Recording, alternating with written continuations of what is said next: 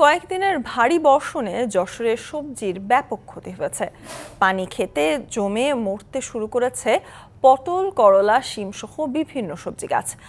নষ্ট হওয়ার পথে মূলা, বেগুন, বাঁধাকপি, ফুলকপি সহ নানান সবজি। এর ফলে শীতকালীন আগাম সবজি চাষে লাভের পরিবর্তে বড় ক্ষতির শঙ্কায় কৃষকেরা।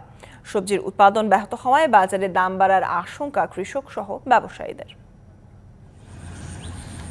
শীতের সবজির আগাম বাজার ধরতে যশোর সদর উপজেলার বাড়ীনগর, চূড়ামনকাটি, হৈবতপুর, কোদালিয়া, লেবুতলা সহ আশপাশের এলাকায় 10 থেকে 12 ধরনের সবজি চাষ করেছেন কৃষক। এরই মধ্যে পটল, বেগুন, শিম, করলা সহ বেশিরভাগ সবজির ফলন এসেছে। এছাড়া মূলা, গাজর, বাঁধাকপি, ফুলকপি সহ অন্যান্য সবজি মাসখানেকের মধ্যে বাজারে ওঠার কথা। তবে আগাম সবজি চাষ করে নানা প্রতিকূলতায় দিশাহারা কৃষক। গত মাসে টানা বৃষ্টির ক্ষতি কাটিয়ে উঠতে না উঠতেই আবারও বৃষ্টিতে সবজি খেতে পানি জমে যাওয়ায় বিপাকে কৃষক।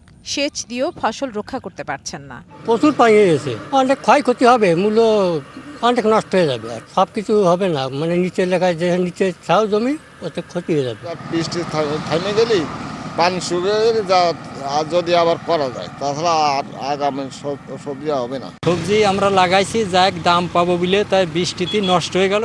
দেশের সবজি চাহিদার একটা বড় অংশ সরবরাহ করে থাকেন যশোরের চাষিরা। তাই সবজির উৎপাদন ব্যাহত হওয়ায় রাজধানী সহ দেশ জুড়ে সবজির সরবরাহ কমার শঙ্কা, যার প্রভাবে বাড়তে পারে দামও।